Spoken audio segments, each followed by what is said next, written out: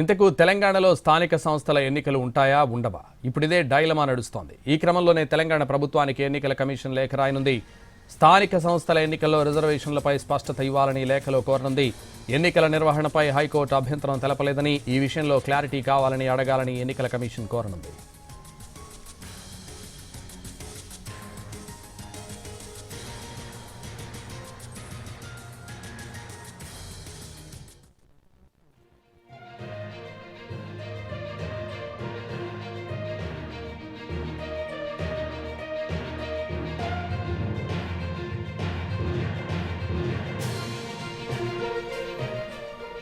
ఇంతకు తెలంగాణలో స్థానిక సంస్థల ఎన్నికలు ఉంటాయా ఉండవా? ఇప్పుడిదే డైలమా నడుస్తోంది. ఈ క్రమంలోనే తెలంగాణ ప్రభుత్వానికి ఎన్నికల కమిషన్ లేఖ రాయనుంది. స్థానిక సంస్థల ఎన్నికల్లో రిజర్వేషన్లపై స్పష్టత ఇవ్వాలని లేఖలో కోరనుంది. ఎన్నికల నిర్వహణపై హైకోర్టు అభ్యంతరం తెలపలేదని, ఈ విషయంలో క్లారిటీ కావాలని అడగాలని ఎన్నికల కమిషన్ కోరనుంది.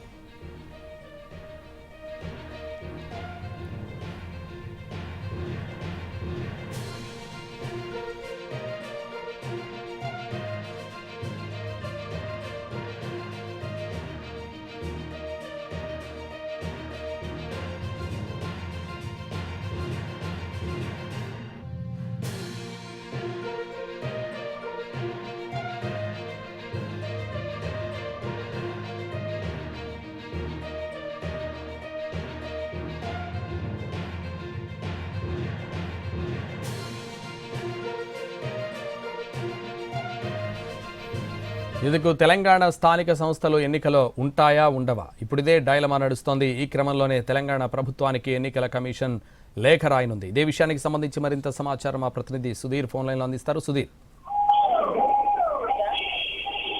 తెలంగాణ రాష్ట్రంలో స్థానిక సంస్థల ఎన్నికల నిర్వహణ అనేది కొంత సందిగ్ధమైన పరిస్థితి అయితే నెలకొంది. ప్రస్తుతం తెలంగాణ రాష్ట్ర ఎన్నికల కమిషన్ ఈ విషయం మీద తర్జన పడుతున్న పరిస్థితి కనిపిస్తుంది. ఒకవైపు రాష్ట్ర ప్రభుత్వం ఎస్ఎల్పి స్పెషల్ లీవ్ పిటిషన్ సుప్రీంకోర్టులో వేయాలని చెప్పేసి భావిస్తుంది.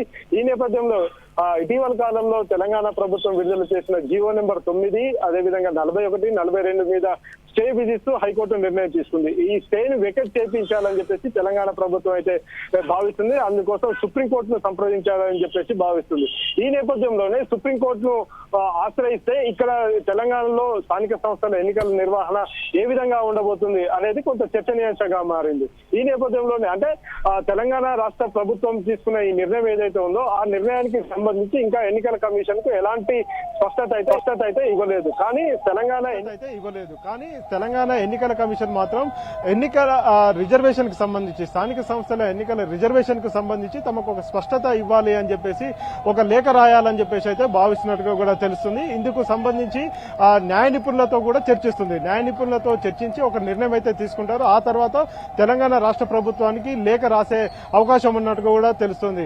అయితే దీనికి సంబంధించి గత కొంతకాలంగా కూడా తెలంగాణలో ఎన్నికల నిర్వహణ కొంచెం ఇబ్బందికరంగా మారిందని కూడా చెప్పవచ్చు. గడిచిన 2 సంవత్సరాలుగా కూడా తెలంగాణలో స్థానిక సంస్థలు సర్పంచ్ ఎన్నికలు కావచ్చు, ఎంపీటీసీ, జెడ్పీటీసీ ఎన్నికలు కూడా నిర్వహించలేదు. దీంతో తెలంగాణలోని గ్రామీణ ప్రాంతాల్లో అభివృద్ధి కుంటుపడుతుందని చెప్పేసి తెలంగాణ ప్రభుత్వం భావిస్తుంది.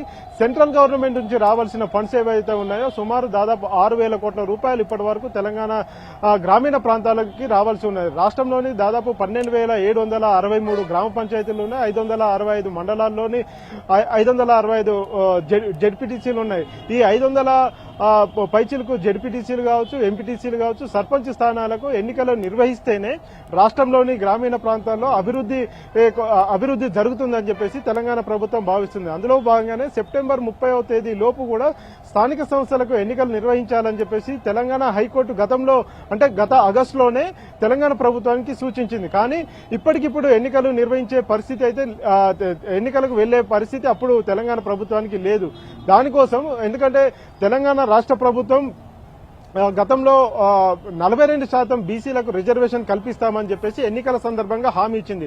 సాధారణంగా అసెంబ్లీ ఎన్నికల సందర్భంగా ఇచ్చిన హామీ ఏదైతే ఉందో కామారెడ్డి డిక్లరేషన్ ప్రకారం 42% బీసీలకు రిజర్వేషన్ కల్పిస్తామని చెప్పింది. కాబట్టి బీసీ రిజర్వేషన్లు కల్పించేందుకు ఒక డెడికేషన్ కమిషన్ ను ఏర్పాటు చేసింది. అంతకంటే ముందు సమగ్ర సర్వే ఒకటైతే నిర్వహించడం జరిగింది. తెలంగాణ రాష్ట్రంలోని పబ్లిక్ ఎవరైతే ఉంటారో సాధారణ ప్రజలతో పాటుగా ఓటర్లందరికీ సంబంధించిన సంబంధించిన పూర్తి సమాచారాన్ని తెలంగాణ రాష్ట్ర ప్రభుత్వం సమగ్ర సర్వే ద్వారా తెలుసుకొని అందులో బీసీల జనాభాను లెక్కించే ప్రయత్నం అయితే చేసింది. అందులో భాగంగానే బీసీల జనాభా 56% ఉన్నట్టుగా కూడా ఆ సమగ్ర సర్వే ద్వారా తేలింది. ఇంటింటికి వెళ్లి దాదాపుగా వేలాది మంది ఎన్యూమరేటర్లను పెట్టి వారి దగ్గర ఉన్న పూర్తి సమాచారాన్ని తెలుసుకునే ప్రయత్నం అయితే చేసింది. రాజకీయంగా వెనుకబాటుతనం కావచ్చు, ఆర్థికంగా వెనుకబాటుతనం కావచ్చు, విద్యా ఉద్యోగాల్లో వెనుకబాటు, ఈ అన్ని అంశాలకు సంబంధించి దాదాపు 72 అంశాలతోటి వారు సమగ్రంగా పూర్తి సర్వే చేశారు. ఆ సర్వే ఆధారంగానే తెలంగాణ రాష్ట్ర ప్రభుత్వం 56% బీసీలు ఉన్నారని చెప్పేసి తేల్చింది. కానీ 42% బీసీలకు రిజర్వేషన్ ఇవ్వాలని చెప్పేసి నిర్ణయించి జీవో నెంబర్ 9ని విడుదల చేసింది. జీవో నెంబర్ 9 అనేది విడుదల చేసి ఎన్నికలకు వెళ్లాలని చెప్పేసి జీవో నెంబర్ 9ని విడుదల చేసింది. దానికి అనుబంధంగా స్థానిక సంస్థల్లో 41 జీవో నెంబర్ 41, 42 పంచాయతీ ఎన్నికలకు సంబంధించి చూసుకున్నట్లయితే గ్రామ పంచాయతీలు, అదేవిధంగా మండల పరిషత్తులు, జిల్లా పరిషత్తులు వాళ్ళకు రిజర్వేషన్ కల్పిస్తూ 41, 42 జీవోను తీసుకురావడం జరిగింది. అయితే రాష్ట్రంలో ఈ జీవో 42% బీసీలకు రిజర్వేషన్ కల్పించడాన్ని వ్యతిరేకిస్తూ కొంతమంది హైకోర్టును ఆశ్రయించడం జరిగింది. గతంలో సుప్రీంకోర్టు ఇచ్చిన ఆదేశాల మేరకు 50% రిజర్వేషన్లను మించి, అంటే తెలంగాణ రాష్ట్ర ప్రభుత్వం ఇచ్చిన రిజర్వేషన్లు ఏవైతే ఉన్నాయో 42% రిజర్వేషన్లు బీసీలకు, ఎస్సీ ఎస్టీలకు మరొక 25%, మొత్తంగా చూస్తే 69% రిజర్వేషన్లకు చేరుతుంది. కాబట్టి సుప్రీంకోర్టు ఆదేశాల మేరకు లేదు కాబట్టి దీన్ని ఎట్టి పరిస్థితుల్లో నిలుపుదల చేయాలని చెప్పేసి కొంతమంది హైకోర్టును ఆశ్రయించడం జరిగింది. హైకోర్టు 2 రోజుల పాటు దీని మీద సుదీర్ఘంగా వాదనలు విన్న తర్వాత వారు జీవో నెంబర్ 9 అదేవిధంగా జీవో నెంబర్ 41, 42 మీద స్టే విధిస్తూ నిర్ణయం తీసుకోవడం జరిగింది. అయితే అదే సందర్భంగా అదే రోజు 9వ తేదీ అదేవిధంగా దానికి సంబంధించి 11వ తేదీ ఆ 2 తేదీలకు సంబంధించి కీలకంగా మారినాయి. అప్పుడు నామినేషన్ల ప్రక్రియ కూడా ప్రారంభమైంది. నోటిఫికేషన్ విడుదల చేశారు ఒక పక్కన, మరొక వైపు నామినేషన్ల ప్రక్రియ కూడా ప్రారంభమైంది. ఈ నేపథ్యంలోనే తెలంగాణ రాష్ట్ర ఎన్నికల కమిషన్ ఎన్నికల ప్రక్రియను కొద్ది రోజుల పాటు నిలుపుదల చేస్తూ తెలంగాణ రాష్ట్ర హైకోర్టు మీద ఉన్న గౌరవంతో, అదేవిధంగా వారిచ్చిన ఆదేశాల మేరకు మాత్రమే ఎన్నికల ప్రక్రియను కొద్ది రోజుల పాటు నిలుపుదల చేస్తున్నట్టుగా కూడా ఒక గెజిట్ ను విడుదల చేసింది. అయితే 2 రోజుల పాటు ఆర్డర్ కాపీ రావడానికి కొంత ఆలస్యమైంది. నిన్న అర్ధరాత్రి 12 గంటల సమయంలో ఆర్డర్ కాపీ అందరికీ చేరింది. అందులో భాగంగానే ఎలక్షన్ కమిషన్ కూడా ఆర్డర్ కాపీ చేరింది. కానీ ఆర్డర్ కాపీలో ఎక్కడ కూడా ఎన్నికల ప్రక్రియను నిలుపుదల చేయాలని చెప్పేసి ఎక్కడా లేదు అనేది చాలా స్పష్టంగా ఆర్డర్లో స్పష్టం చేసింది. ఒకసారి ఎన్నికల ప్రక్రియ ప్రారంభమై నోటిఫికేషన్ కావచ్చు, నామినేషన్ల ప్రక్రియ ప్రారంభమైన తర్వాత అందులో కోర్టులు జోక్యం చేసుకోజాలదు అని చెప్పేసి తమకు తెలుసు. ఆ విషయాన్ని ఇక్కడ ఆర్డర్ కాపీలో కూడా స్పష్టం చేసింది. కాబట్టి ఎన్నికల కమిషన్ ఈ రోజు ఒక నిర్ణయం తీసుకుంది. ఎన్నికల ప్రక్రియకు సంబంధించి హైకోర్టు ఏం చెప్పింది అనే విషయానికి సంబంధించి కొంతమంది న్యాయ నిపుణులతో చర్చించిన తర్వాత ఒక నిర్ణయం తీసుకోవాలి. ఆ నిర్ణయాన్ని తెలంగాణ రాష్ట్ర ప్రభుత్వానికి అందజేయాలి. అందులో భాగంగానే ఆ లేఖ రాయాలని చెప్పేసి నిర్ణయం తీసుకున్నారు. రిజర్వేషన్లకు సంబంధించి అంటే రాష్ట్రంలో ప్రస్తుతం ఇప్పుడు స్టే ఇచ్చింది కాబట్టి జీవో నెంబర్ 9 అదేవిధంగా జీవో నెంబర్ 41, 42 ప్రకారం వాటికి స్టే ఇచ్చింది కాబట్టి పాత రిజర్వేషన్లు మాత్రమే ప్రస్తుతం అందుబాటులో ఉన్నాయి. పాత రిజర్వేషన్ల ప్రకారం చూసుకున్నట్లయితే బీసీలకు 25% మాత్రమే రిజర్వేషన్లు ఉన్నాయి, ఎస్సీ ఎస్టీలకు 25% రిజర్వేషన్లు ఉన్నాయి. అయితే ఇందులో ఈడబ్ల్యూసీ రిజర్వేషన్లు ఏవైతే ఉన్నాయో రిజర్వేషన్లకు సంబంధించి ఒక స్పష్టత ఇవ్వాలి.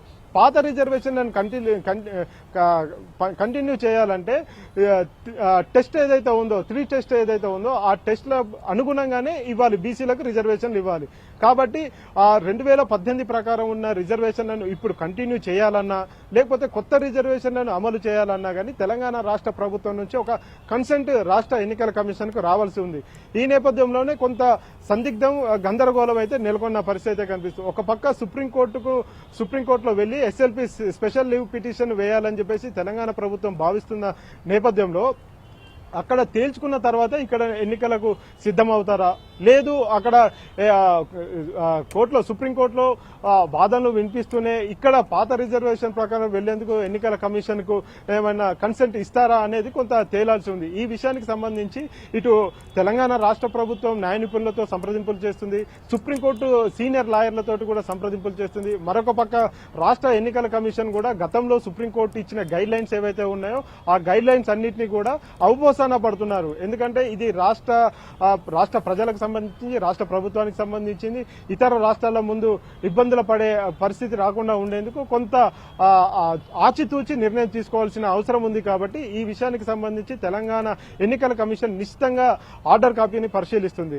అయితే ప్రాథమికంగా మనకు అందిన సమాచారం మేరకు తెలంగాణ రాష్ట్ర ప్రభుత్వానికి అయితే ఒక లేఖ రాయాలని చెప్పేసి వారు భావిస్తున్నట్టుగా కూడా తెలుస్తుంది. ఆ లేఖకు సంబంధించి బీసీ రిజర్వేషన్లను పాత రిజర్వేషన్ల లేకపోతే ఏ రిజర్వేషన్ల ప్రకారం వెళ్లాలనుకుంటున్నారో అది కొంత స్పష్టత తమకిస్తే తాము ఎన్నికల ప్రక్రియను ముందుకు కొనసాగించే అవకాశాలు ఉంటాయని చెప్పి తెలిపే పని అయితే ఎన్నికల కమిషన్ చేస్తుంది. ఎందుకంటే ఇప్పటికే ఎన్నికల ప్రక్రియ ప్రారంభమైంది. సెప్టెంబర్ 29వ తేదీన షెడ్యూల్ ని ప్రకటించింది. నవంబర్ 11వ తేదీకి అన్ని రకాల ఎన్నికల కౌంటింగ్ కూడా పూర్తి చేయాలని, అదేవిధంగా రిజల్ట్ ను కూడా డిక్లేర్ చేయాలని చెప్పేసి భావించింది. దాదాపు 45 రోజుల ప్రక్రియ ఏదైతే ఉందో ఆ ప్రక్రియను ప్రారంభించింది. ఇప్పటికి 11-12 రోజులు గడుస్తుంది కాబట్టి ఆ ప్రక్రియ మధ్యలో వచ్చి ఆగిపోయింది. ఇప్పుడు ఆర్ఓలకు ఏఆర్ఓలకు కావచ్చు రిటర్నింగ్ ఆఫీసర్లకు సంబంధించి పూర్తి స్థాయిలో ఆదేశాలు జారీ చేశారు. ఆ ప్రక్రియ కొనసాగుతూనే ఉంది. ఆ ప్రక్రియను కొద్ది రోజుల పాటు నిలుపుదల చేయడం ద్వారా కొంత సమయం మళ్లీ ఎక్స్టెన్షన్ చేసే అవకాశం అయితే కనిపిస్తుంది. ఎన్నికల కోడ్ మళ్లీ విధించాల్సి ఉంటుంది. ఎన్నికల కోడ్ విధిస్తే మళ్లీ అన్ని రకాల అభివృద్ధి కార్యక్రమాలు ఆగిపోతాయి. వీటన్నిటికీ కొంత క్లారిటీ రావాలి కాబట్టి ఎన్నికల కమిషన్ తెలంగాణ రాష్ట్ర ప్రభుత్వానికి ఒక లేఖ రాసే అవకాశాలు అయితే కనిపిస్తున్నాయి. Right, thank you Sudheer.